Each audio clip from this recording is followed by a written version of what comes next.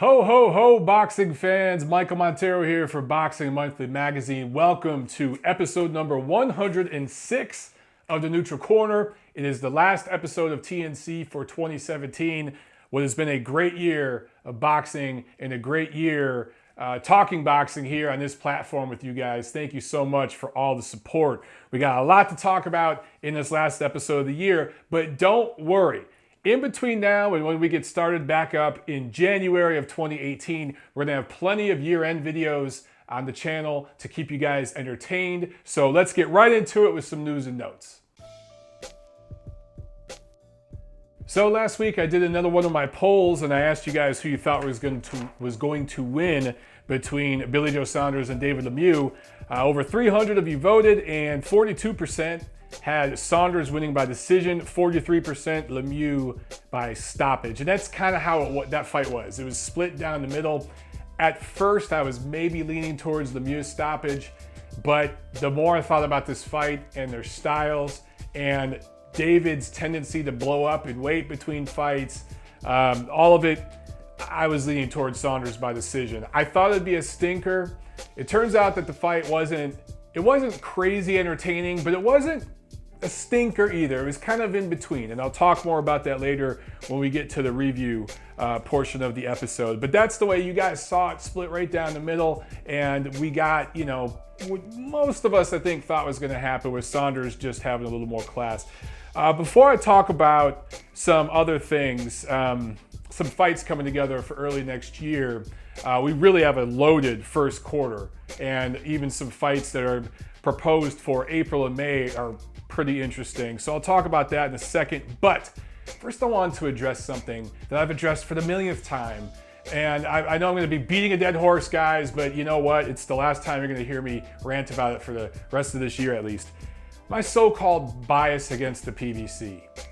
I've been accused by several of you in the last few weeks, and some of you guys out there have save screen comments on other videos on other channels, videos about me or comments made about me, and you've either tweeted it to me, private message, or you sent it to me on Facebook or by email if you have that. And I don't really go to those other channels, but when you guys send me the comments, I read them, and then I'll go and look at it and see what's out there. And it's really interesting the way people paint me. There's really not much I could do. There was a point where I tried to reach people and try to have a meeting of the minds and an objective, moderate way of speaking and finding some middle ground. But with some people, that's just impossible.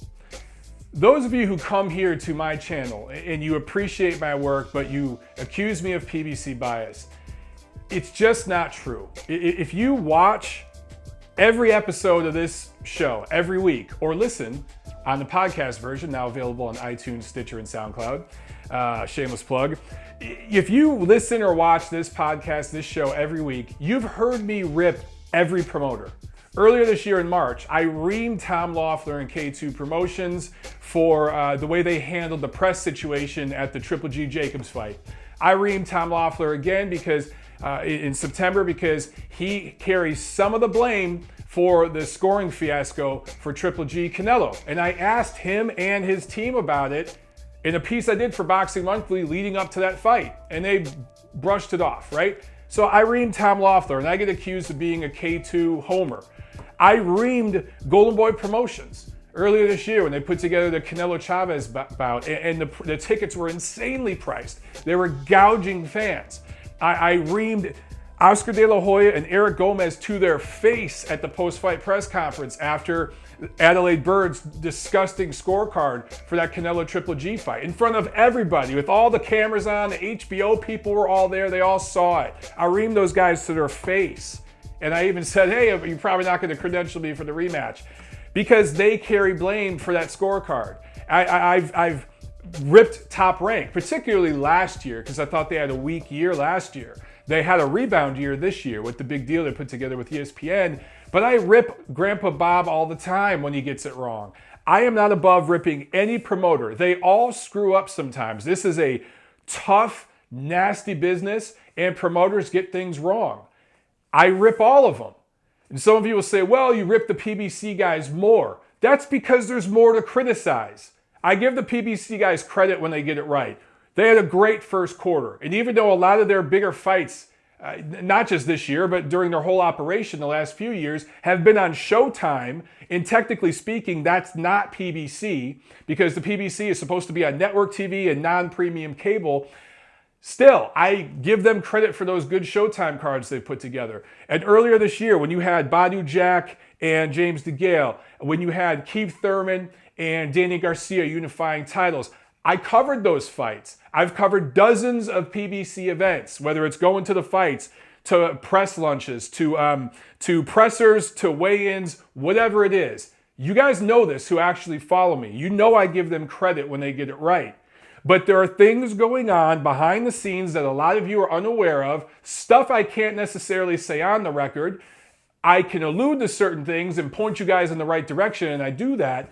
But there are things going on, the way that the PBC, Sam Watson, Al Heyman, that whole operation, even Shelly Finkel and those guys that are connected to them, the way they go about their business, it is disruptive to the American boxing scene and destructive. Disruptive and destructive. Example, and I'm not going to do a 20-minute rant talking about this stuff, but this year, I just mentioned Garcia Thurman. Some of you guys just focus on the fact that they split $4 million. They each got paid $2 million. Wow, what a great purse. And that makes you happy because that's what you're most concerned about. And fighters should get paid. But Keith Thurman, coming off the career-defining win of his career, best win so far, didn't fight for the rest of the year. And it's not like that fight happened in the third quarter or the fourth quarter. It happened early in the year. Now, I know he went off and got married and everything else. Why do you think he went and did that? It's because the brass there said, hey, man, take the year off. Come back next year. Here's a few dollars to keep you afloat. Have fun. See you next year. Danny Garcia, that was a good performance by him, a highly rated fight. It was a successful card, a successful event. Didn't fight again this year. Errol Spence goes over to the UK, to Sheffield, grabs Kell Brook's title. A pretty good rating for that fight here in the States, a big one over there. A brand building type of fight for Brook in the UK. Grabs a title, career defining win. Doesn't fight again for the rest of the year. Or, I'm sorry, for Spence. It was a career defining win for Spence. Doesn't fight again the rest of this year. I could go on and on and on here, guys. You know, because I've talked about this stuff before, that sort of thing, the inactivity, when you're paying guys, let me say this. Say you have fighter X. He's one of your high-level fighters. He has a title. You have $2 million budgeted to pay this guy for the rest of the year, but you have a guaranteed payout with him of $1.3 million per fight. You go to fighter X and say, look, I can only afford to pay you once this year. And then early next year, we'll get you on in the first quarter when that network money over at Showtime CBS frees back up. That's exactly the kind of thing you're seeing with Errol Spence and those guys. That's why their fights get pushed and pushed and pushed, and they come back in January, February every year because that network money is freed up. They're getting those site fees. They're getting the licensing fee. So when I say things like PBC is kind of struggling, falling apart in a way, the network contracts on network TV have dried up. Even non-premium cable, some of those contracts have dried up. They're not being renewed. We were supposed to see dozens of fights a year on NBC, CBS, Fox, and other entities. Instead, we're getting 2 or 3 a year. Guys, there's problems there. When they're delaying fights to the early next year so they can get that network money to get their guys paid their guaranteed rate, it's not hard to see what's going on there. When I opine about that and talk about it, you call me biased. I'm just telling you the truth. And those of you who are going to these other channels to get your quote-unquote news, you're not getting news there. A lot of those channels, some of them are very, very popular. They're not media. They're fans with YouTube channels. Some of them are fans with very popular YouTube channels. Some of them get credentialed to fights because they're friends with Sam Watson or they have some sort of connect at the PBC and those guys. Primarily, they go to PBC events, but some of them build up a profile enough where they can go to other events. But a lot of those guys have been blacklisted by the power brokers in American boxing outside of the PBC because they've been caught selling credentials. They've been caught spreading lies about people, slander in the media. And a lot of these guys have slandered me, they've slandered my colleagues, but when you're slandering the promoter, putting on an event and spreading lies and misinformation, you're going to get blacklisted. So you're going to these channels to get your news. You're not getting news. You're not getting unbiased information. When it comes to media now, guys, sports media, the information's instant. You get on your phone, you go to Twitter, boom, the information's out there. It's not just boxing, it's every sport. It's American football, basketball, baseball, whatever it is. Boom, it's there. It's instant. But the way the information's broken down and talking about the stuff that isn't released in public press releases and all that, reading between the lines, giving you guys the inside information, that's why you go to journalists now. That's why you go to media. And I'm not saying I'm the most in-the-know guy in the sport. I'm Mr. A-lister and I work for a big network or anything like that. But yeah, I'm an independent broker. I'm connected to a lot of those people though. I talk to them on a daily basis. I'm friends with them. I work with them. I work on multiple platforms, not just Boxing Monthly Magazine, but a bunch of them. And through those contacts, the contacts I have, the executives at some of these venues like the MGM, network people. Duh, I work in the entertainment business. I have friends at the networks that tell me some of the things that are going on, right? We've talked about the merger situation. You see everything that just went down with that, with the networks, with Disney and all that. Guys, those people that I can talk to, I can get some information. I'm not saying I'm Mr. Hotshot and I got all the info, but I know where to go to get some inside info. And I don't put stuff on my channel unless I'm comfortable enough putting it out there publicly that I can back it up, okay? Whether it's on the record, off the record, whatever. These channels you're going to that are calling guys like me biased for just telling you the freaking truth, even when it's uncomfortable to hear, maybe they're the biased ones. Maybe they're the biased ones. Maybe you're the biased one. Because maybe I'm just criticizing an entity, a person, a platform that you like, that you're biased toward, and that makes you feel uncomfortable. Those of you who are actually objective, maybe we can disagree on things, and we disagree all the freaking time. That's part of the fun of it. But those of you who have an objective mind, you know that I keep it as real as I can. I have my favorites, I have my preferences and stuff like that, of course. But I get in everyone's ass. It's like the sanctioning organizations, the networks. I've reamed HBO, I've reamed Showtime. I ream all of them when they deserve it. It just so happens that Uncle Al and the PBC, they deserve it a little bit more in the last few years. That's just the way it goes, okay? Enough of that for right now. So I want to talk about some early fights coming together. Right now, there's a few that are rumored. Talking about PBC. Adrian Broner and Omar Figueroa being discussed for April or May. Also, Danny Garcia versus Brandon Rios being discussed for next spring as well. Do either of those fights whet your appetite? Good, stay busy fights, fine. Might be entertaining. Are either of those elite level matchups? No. But do we need to see Adrian Broner anymore? Is he an elite level fighter anymore? No. Omar Figueroa never was. Danny Garcia, coming off that really, really good competitive fight with Keith Thurman, sits for a year, and then he's going to fight Brandon Rios next. I'm going to talk about some of the HBO fights we saw this weekend. And believe me, I've had plenty to say about HBO this year, right? Plenty I can say about that. But those are two matchups right there where I'm letting you guys know, not the best thing in the world. Now, if these are on regular TV, regular network TV, and they're loaded with a strong co-feature, maybe it's a triple header, then those could be fun cards. We'll talk about it more. Me personally, neither of those fights advances any career, but they might be fun, right? They're not signed yet anyway. So let's talk about the fights that are signed. January 20th, Errol Spence, who I just talked about, is fighting Lamont Peterson in Brooklyn on Showtime. Those of you who talk about Barclays Center crowds, you should know that there's a deal. I can't talk too much about it, but there's a deal between the powers that be at PBC and some of the entities they're linked to and the people that own Barclays. and there's a deal worked out there, and that's why most of these cards go there, and they're getting money, and they're papering the hell out of that arena. Now, that doesn't mean that if they do a 12,000 crowd there, and that's what's announced, that they didn't sell 4,000 or 5,000 tickets.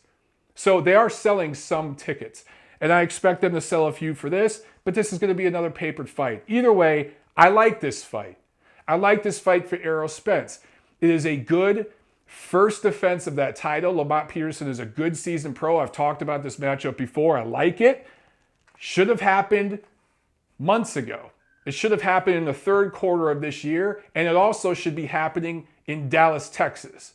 That's where it should be happening, but they're going for the quick money. They're going for the quick money at Showtime, the quick money at Barclays, because they have deals worked out. They're getting money for that.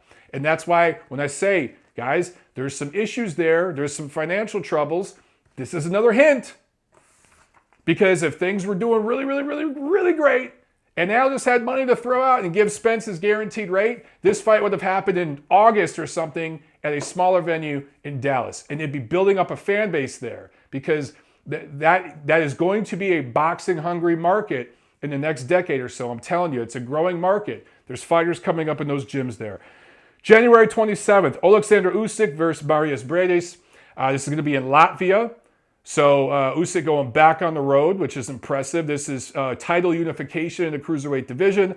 Also on the same night on HBO, Jorge Linares and Lucas Matisse are fighting trash opponents on a card that makes absolutely no sense from Golden Boy Promotions at Inglewood, at the Forum in Inglewood. So look, I like Jorge Linares. I like Lucas Matisse. I don't like either of these matchups. I don't know why this is on HBO, other than, look, those two aren't going to fight each other. They're in two different divisions.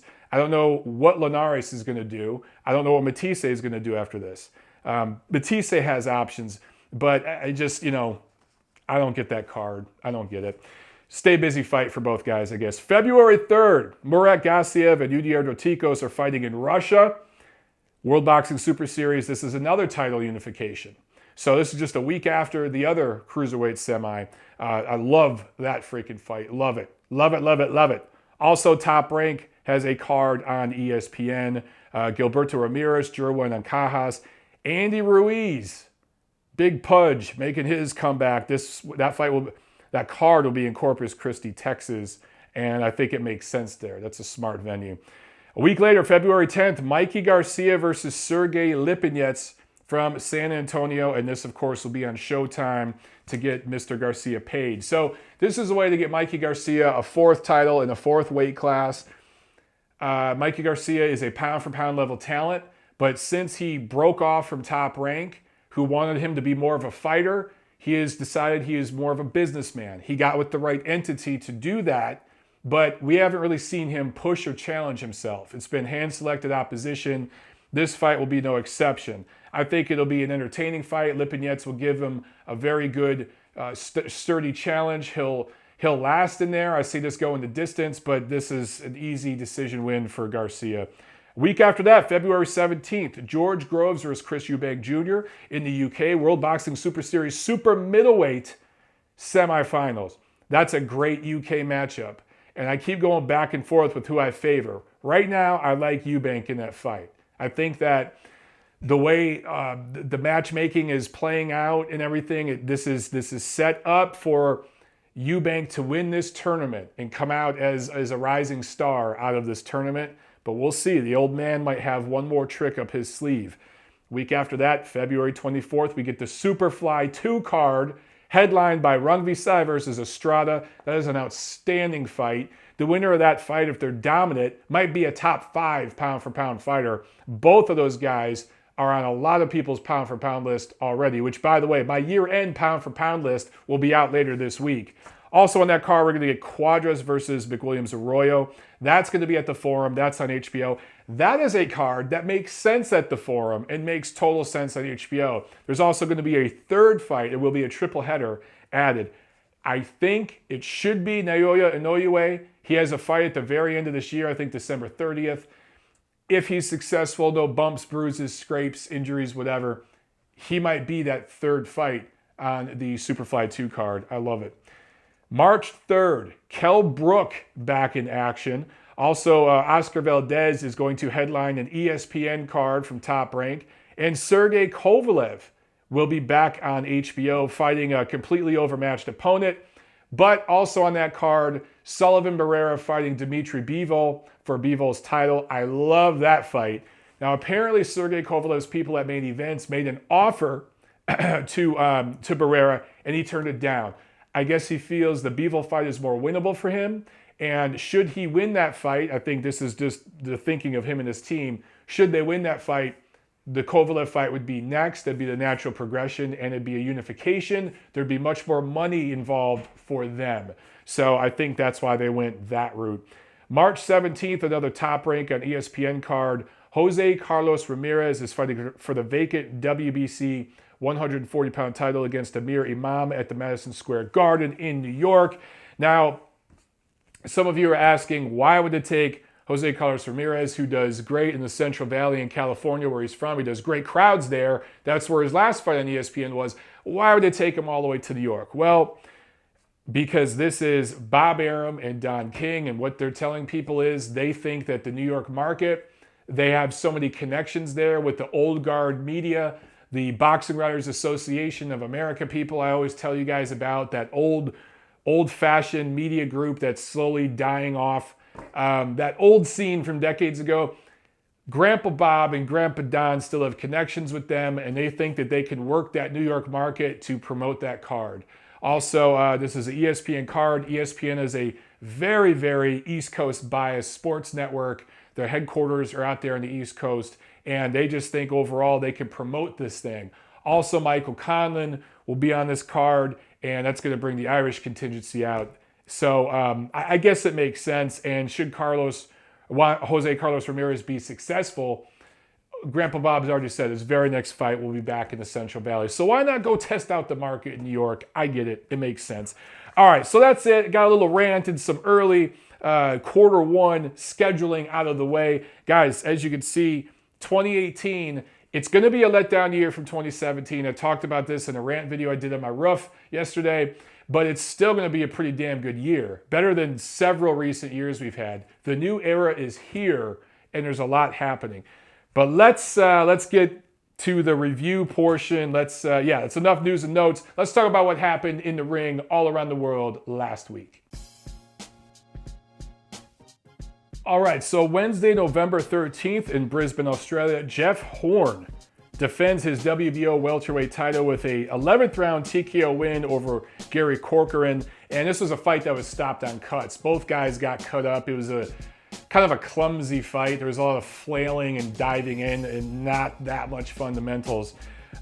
So ESPN picked this fight up, which I thought was cool. They aired it live at the crack of dawn here in the USA, but then they replayed it later that night. I want to say at like 9 p.m. or something like that. So I thought that was cool. Jeff Horn got some more airtime on ESPN, and that was smart for them to do that, because what they want to do next, of course, is match him up with Terence Crawford. Now here's the thing.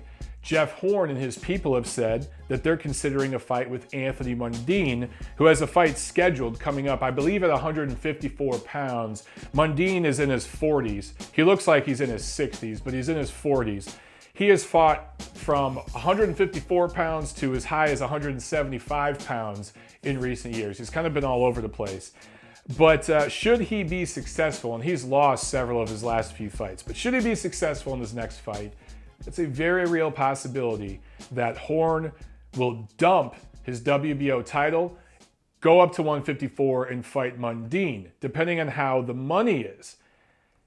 In a sense, that's better business for him if he's going for the money, because I think Terence Crawford will eat his ass alive.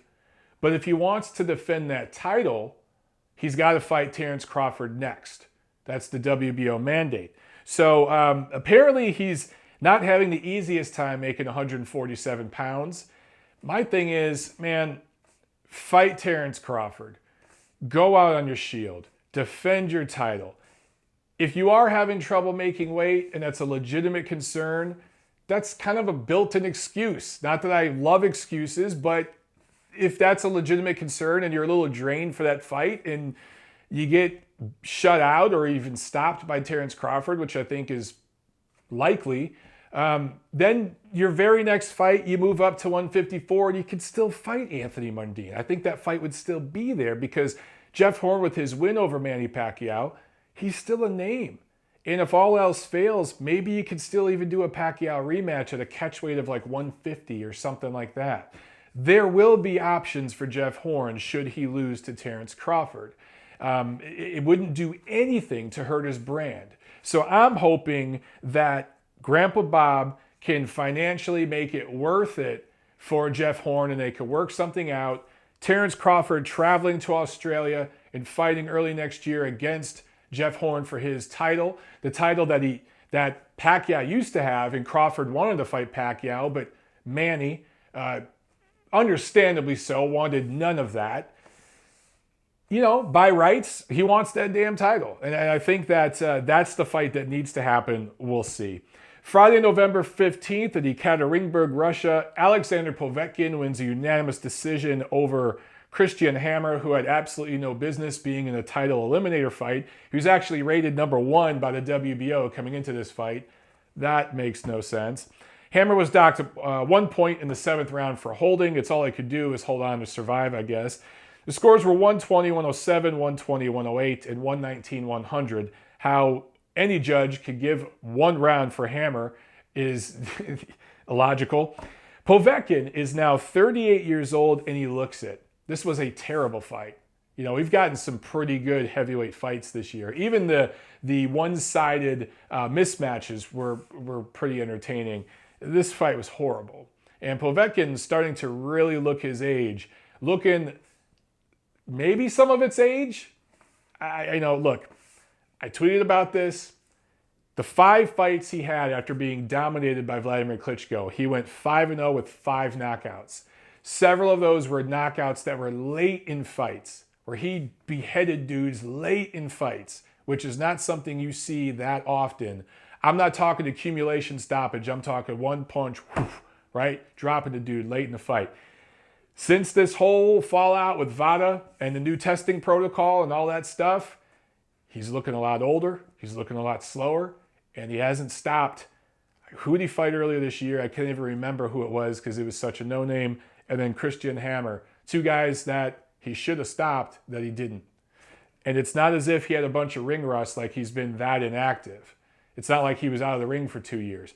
I'm just going to put that out there. Just going to put it out there, and I ain't going to say nothing else about it.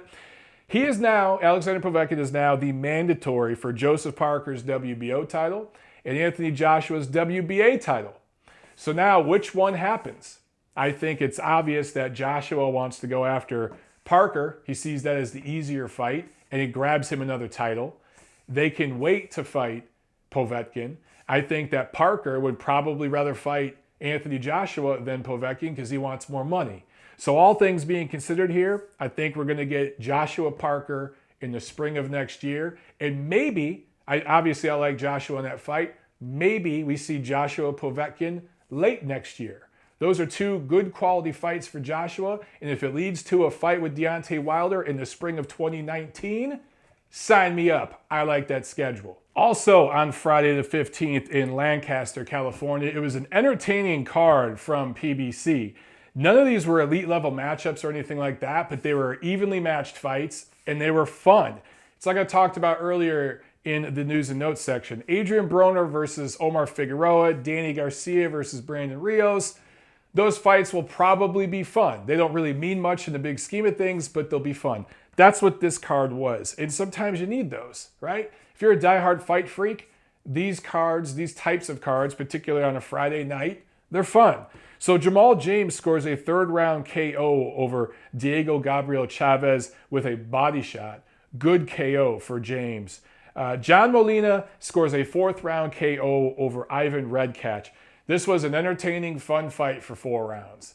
Molina was down in the 2nd, was pretty badly hurt, survived the round, but he was wobbling back to his corner after that 2nd round, man. He was on Queer Street for a few minutes, but he got it together. And Redkach overplayed his card. He should have pulled back, relaxed, kept his fundamentals. Redkach is just not a very intelligent fighter and just doesn't think in the ring, man. Molina was thinking. And with all that experience he had, The tough fights he's been in. He's been stopped before. He's been in with everybody. He's been in with some of the best in the sport. Even though he was hurt, he was getting his wits about him, and he was thinking and making adjustments. And in the third round, boom, he nails Redcatch, who had shot his wad a little bit at the end of that second round instead of taking his time. And Redcatch was really hurt. The difference is Redcatch went down that third round. Redcatch couldn't make the adjustments, couldn't recover the same way Molina did, wasn't thinking in there, wasn't playing chess. He was just hurt and reacting, just physically reacting, right? Meanwhile, Molina was setting him up. In the fourth round, he dropped him again. Redcatch was very, very badly hurt, in no condition to continue. Fight was over. Molina might be the most dangerous gatekeeper in boxing. I have to think right now he's the most dangerous. I don't want to call him a journeyman. He's above a journeyman.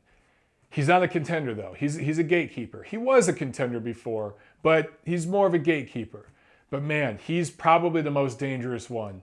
If you're trying to figure out if a guy is a pretender or a contender, you put him in against John Molina. If you look good against John Molina, you're the real deal. If you can survive John Molina's power and get up from it and recover, you're the real deal. Also on this card, Jessie Vargas making his PBC debut. He wins a unanimous decision over Aaron Herrera. Got some rounds in. It's been a while. He was coming off a layoff. Good quality win for him. We'll see what he does from here. Saturday, November 16th, HBO triple header. The last HBO boxing card of the year. In the headliner, Billy Joe Saunders wins a unanimous decision over David Lemieux, blanks him completely. I had a shutout, 12 rounds to 0, defends his WBO middleweight title. He had recently started working with Dominic Ingle, and these two work together like peanut butter and jelly. Man, we've never seen Saunders this motivated, looking this in shape, this sharp, this confident. He really, really looked good. In some of his recent fights, he just looked like shit. He looked like crap. In this fight, he looked great. Now, Lemieux claims he hurt his hand, I believe his left hand early in the fight. He also did have trouble making weight. And I talked about this a little bit on Twitter because some of you asked me about the weigh-in. Lemieux always looks drained at weigh-ins. He always looks drained. But I wasn't physically there. I was here in Los Angeles. I didn't travel up there to Laval, Quebec to cover this card. So seeing a guy up close and personal with your eyes versus seeing pictures of him, two different things. I just know that I've seen Lemieux weigh in multiple times. He always looks drained. It's just because he blows up between fights. The dude likes to eat. He's also a thick guy. Really thick through the midsection and his back. He's kind of built just like a square. You know, he's not one of these guys that has a V, big shoulders and then a narrow waist. He's just straight. He's a straight block. And it's why he hits so hard. But it also makes it hard for him to make weight. And his eyes always look sunken in. He always looks sickly. That's just how he looks. But apparently this time, he looks sickly and everything for a reason because he had to take off his underwear at the weigh-in to make weight. Now, I've never seen that. So the dude he lives outside the ring. He likes to drink. He likes to party. I've talked to you guys about this. I've seen him in Vegas. Minutes after, well, not minutes, an hour or so after knocking a dude out, dressed in a suit, looking fresh, hair combed, out with his boys, hitting the casino floor. Like an hour later. I've seen that on more than one occasion. So the dude, he likes to live in between fights, and that will eventually cost you. So yes, he was probably drained in this fight. His hand was hurt and he couldn't really crack with it, but you can't hit what you can't catch. And to me, it didn't matter if Lemieux was in 100% condition, made weight easily, had both hands perfectly healthy or not. He was not going to beat Billy Joe Saunders. This Billy Joe Saunders, styles make fights, and Saunders is all wrong for Lemieux. Lemieux is all right for Saunders. We've never seen him look this great. So styles make fights. It goes both ways. Okay, the guy that gets beat, yeah, the opponent he was fighting, bad style for him. The guy who won, who dominates, the guy he was fighting was a good style for him. So I don't want to get too excited about this Billy Joe Saunders victory. There are some of you out there saying he would beat the hell out of Golovkin and Canelo in the same night, that he should be on the pound for pound list right now. Let's slow down a bit. Let's slow down a bit. Some of you are saying, well, Golovkin got so much credit when he beat Lemieux. Why shouldn't we give Saunders just as much credit? Well, a couple things. First of all, Golovkin beat Lemieux 2 years ago. He beat a much more conditioned, fresher version of Lemieux. But also, he won every round as well. And he knocked him out. He got him out of there. He beat him up. And likely, some of that beating he took in that fight, and some subsequent fights where he took more punishment than he should have, helped beat him down a little bit and deteriorate him. This version of him that Saunders just beat. So Golovkin does deserve more credit for that win than Saunders does. At the same time, what I saw in this fight wasn't that, some of you are like, oh, Lemieux is a bum. He's a bum. I always thought he was a bum. He's not a bum. He's still a lower top 10 middleweight. Yes, there are 7 or 8 middleweights right now that I would favor to beat this version of Lemieux. Maybe not Lemieux from 2 or 3 years ago, but this version of him. Yeah, he's probably the 9th or 10th rated middleweight in the world. That's still top 10. Styles make fights, guys. And guys who would stay more in front of him and trade with him more, he'd have more of a chance against. He might be down in the cards, but he might knock him out. So I still think he's a lower top 10 middleweight. What this fight showed me more of was that Saunders is pretty damn good. And he needs a guy against a slow plodding guy who's more of a pressure fighter, a power puncher. Saunders is going to look good. But do I rate him above Daniel Jacobs right now? No, I don't. I rate him number 4. I have Golovkin number 1. I have Canelo number 2. I have Jacobs number 3. I have Saunders number 4. Am I convinced that Saunders beats Charlo or beats Andrade? No, I'm not. Maybe I'd favor him in those matchups. Maybe. Because he's the more proven middleweight. Those guys have fought good opposition at junior middleweight. But he's the more proven middleweight. And he's fought the better opposition overall compared to them in their career. So I'd favor Saunders. But look, I'm not saying that he's better than those guys necessarily. You got to rate him higher right now, but let's pump the brakes a little bit, okay? Now, is he going to fight Daniel Jacobs next year? I'd love to see that. I tweeted about that too. I want to see Canelo Golovkin. And by the way, because of this Saunders win, we're going to get that fight in May now. I've been telling you it's going to happen in September. We're going to get it in May now. So that's great. So thank you, Billy Joe Saunders, for blanking David Lemieux. Because if Lemieux won, Eric Gomez and those guys at Golden Boy, they were going to give us Canelo Lemieux in May. And they were going to push the Golovkin rematch back. So that plan blew up. So thank you, Billy Joe Saunders. But do I think that he rushes to fight Daniel Jacobs next, or Charlo, or Andrade, or any of those guys? No. I think that he's going to go back to the UK and probably have a soft touch defense in the spring of next year. I hope I'm wrong. But if we look at Saunders, the way he's run his career in the recent years, that seems to be the MO. I hope I'm wrong. We'll find out. Also, Gary O'Sullivan, or they call him Spike O'Sullivan, scores a 7th round knockout over Antoine Douglas.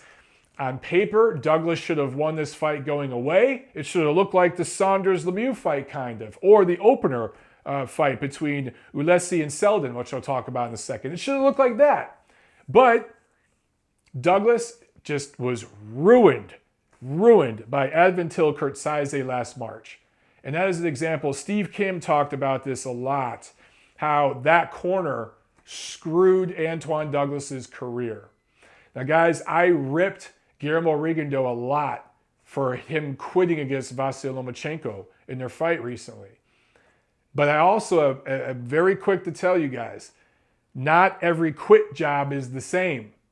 And sometimes a fighter who's being beaten up round after round after round, if he ain't going to quit, his corner needs to step in and throw in the towel. It needs to happen more. Had Douglas's corner thrown in the towel 3 or 4 rounds before they finally did in that fight against Kurtzaize, and before that fight was stopped, I should say, they may have saved his career. He may have been able to rebound from that loss. But that damage he took in the extra 2, 3, 4 rounds is irrevocable. He's done. He is shot like a fighter who's been through wars. He looked like Glenn Tapia a few times in this fight to me. He looked like James Kirkland. The way the punches were affecting him in the middle rounds of this fight. Also with Douglas, you saw a guy that was just boxing the box, just reacting in there, just flailing away. Great fundamentals, great athleticism, but Spike OSullivan had a game plan. And I thought him and his corner did an awesome job. And the older, more experienced guy beat the guy who on paper was supposed to use him as an opponent to get back into the minds of people who thought Douglas was going to be something to, somebody to watch, somebody to look at. Just, it's a shame that this dude's corner cost him his career. I almost think he's at a point where he should retire. I just don't know if he's built for boxing anymore. In the opener, Ulesi Jr. scores a unanimous decision over Cletus Selden, the Hebrew Hammer, who we're never going to see on HBO again. Selden was down in rounds 1, 2, and 3. Ulesi only has one loss. It was a split decision. He was coming off that loss in this fight, coming back from that loss. But it was a disputed decision. So I've heard. I haven't seen the fight. I need to go back and look at it. Ulesi, we're going to see him on HBO again. Not the most crowd-pleasing style, not the most powerful puncher. Some of you said, well, he dropped Selden 3 times. How is he that powerful? How is he not powerful? Those knockdowns were more of Selden just not knowing what the hell he was doing and being caught by punches that he was running right into, just throwing his equilibrium off and dropping him. He wasn't ever badly hurt. I don't see Ulesi as this big power puncher, and that's going to cost him against the higher echelon fighters in that division. But for Selden, and I talked about this in my rant video, it looked like a guy who was sparring for the first time. That's what we saw. So the Hebrew Hammer had a quick little run on HBO, and that is over. Matchmaking 101. This was a horrible, horrible decision for his team to go up against a fighter like this. You don't just graduate right to that. You have to work your way up to it. So they learned on the job the hard way here. Okay, so that's it with all the action that took place last year. There's not a whole lot going on coming up in the next 2 weeks, but there's some things to talk about, so we'll do a real quick preview segment. Okay, a few fights to talk about here. Wednesday, December 20th in Bangkok, Thailand. TJ Doheny, it's either Doney or Doheny, Irish-born fighter who lives in Australia now. 17-0, 13 knockouts, going up against Pipat Chaiporn. That sounds interesting. Or AKA Mike Tawachai. He's a Thai fighter, obviously. He was 44-10-1, 27 KO. They're fighting a IBF 122-pound eliminator. Also Saturday, December 30th in Yokohama, Japan, Naoya Inoue, who I talked about earlier in this episode. He is going up against Yoan Boyo to defend his WBO 115-pound title. This will be the 7th defense for Inoue, and if he comes out of this with no scratches or bumps or bruises, he might just get on that Superfly card 2 months later. Also, Ken Shiro versus Gilberto Pedroza. Shiro defending his WBC 108-pound title. This will be his second defense. Sunday, December 30th, Tokyo, Japan. There's always these late year cards in Japan. It's just something they always do right around New Year's, which I think is really cool. They do it every year. Milan Malindo, who is a Filipino fighter, defending his IBF 108-pound title, the second defense of his title against Japanese fighter Ryoichi Taguchi, defending his WBA 108-pound title for the 7th time. This will be a title unification. So the winner of this fight will be the top guy at 108 pounds. I think it's great when these lower weight classes unify titles. It helps because they're usually so segmented. Those divisions, you need to unify titles. Also, Hiroto Kawaguchi making the first defense of his IBF 105-pound title, minimum weight or straw weight, whichever you prefer title, against Carlos Buitrago, Nicaraguan fighter. And also on that card, Sho Kimura versus Toshiyuki Igarashi. That was a tough one. For the WBO 112-pound or flyweight title, Kimura was TKO'd Zhou Shiming in the 11th round in July to win this title, the WBO flyweight title. This will be his first defense. Igarashi is the former WBC flyweight champ. So you have a current flyweight titleist, a former flyweight titleist. Tuesday, January 16th, the first notable fight of 2018 in Macau, China.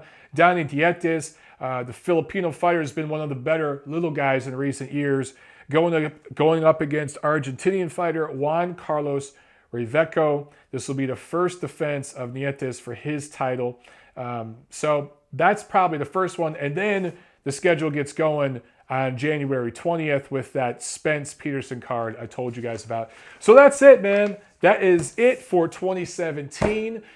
TNC will be back in mid-January to preview all those cards that I told you guys about.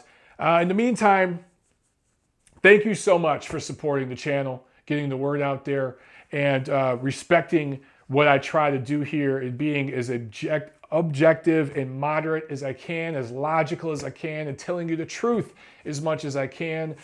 Big, big things to come in 2018. But before that, I want you guys to have a happy holidays, a happy, safe New Year's.